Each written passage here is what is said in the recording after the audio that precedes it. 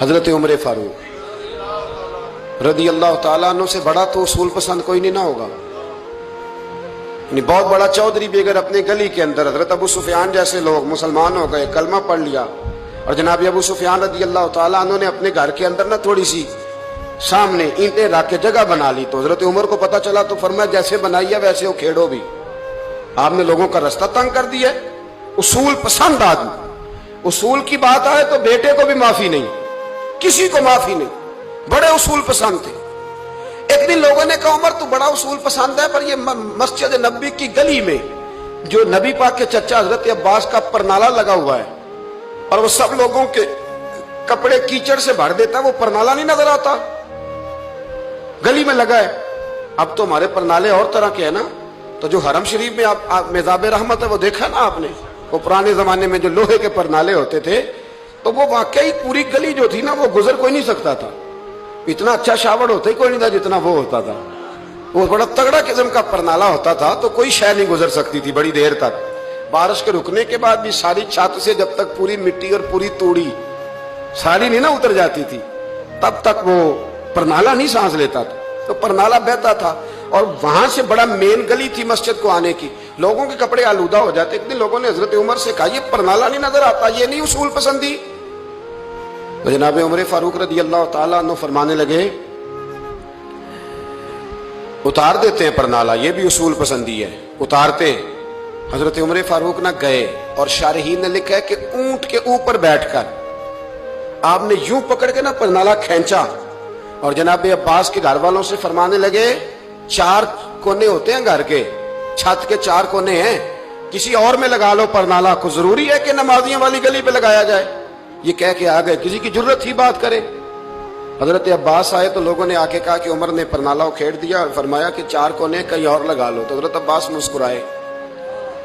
لوگوں نے کہا مسکراتے کیوں ہو؟ فرمانے لگے کوئی مسئلہ نہیں، عمر خود آ کے لگا کے جائے گا.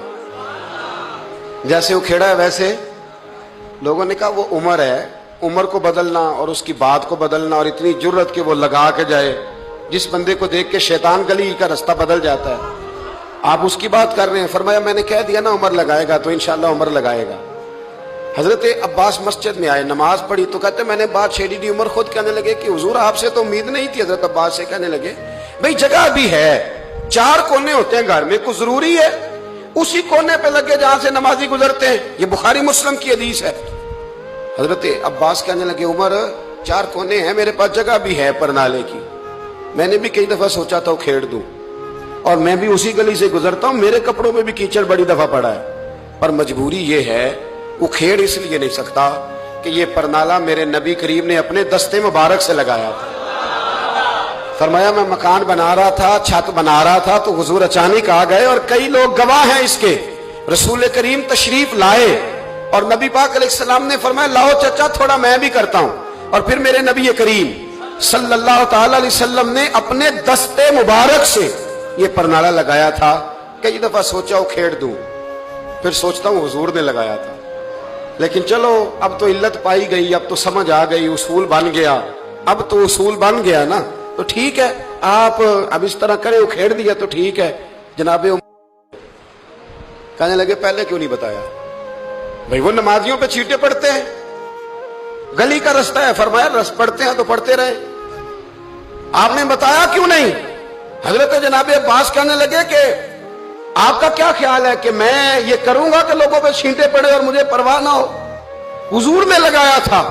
حضرت عمر فاروق نے نا جناب عباس کا بازو تھاما، تن تندور تے ہڈاں دا بالن، بازو تھاما اور تھام کے نا اسی جگہ لے گئے جہاں پرنالہ کھیڑا تھا. پہلے تو اونٹ پہ چڑھ کے لگایا تھا نا، تو اب کہنے لگے حضرت عباس سے کہ آپ نا میرے کندھوں پہ چڑھ گئے، میرے کندھوں پہ تن تندور تے ہڈاں دا بالن، اسی ہاواں نال تپایا، کپ کپ مکیاں پیڑے کیتے، اتوں عشق پلے تھن لایا، تن دا سالن تے من دی ہانڈی، لون صبر دا پایا، غلام فریدہ وے میں ساری تیری، تینوں اجے یقین نہیں آیا؟ فرمایا خود لگائیے. حضرت عباس رضی اللہ تعالیٰ عنہ وہ پرنالہ لگا کے اترے تو حضرت عباس بھی رو رہے تھے اور جناب عمر بھی رو رہے تھے، آنکھوں میں آنسو تھے. فرمایا ہم یہ نہیں دیکھیں گے کہ علت کیا ہے، وجہ کیا ہے، ہم تو یہ دیکھیں گے کہ رسول اللہ کی نسبت کیا ہے. نبی کریم علیہ السلام کے دست مبارک لگ گئے، ساری وجوہات ختم ہو گئی. اب جس کے کپڑوں میں پانی پڑتا ہے پڑے، جس کو تکلیف ہوتی ہے لیکن چونکہ یہ رسول پاک صلی اللہ علیہ وسلم نے دست مبارک سے لگایا ہے تو مزاج یہ ہے کہ جہاں بات آئے گی ذات رسالت کی، وہاں باقی کے قانون چھوڑ دیے جائیں گے، وہاں باقی کے معاملات چھوڑے جائیں گے، وہاں تکلف سے نکلا جائے.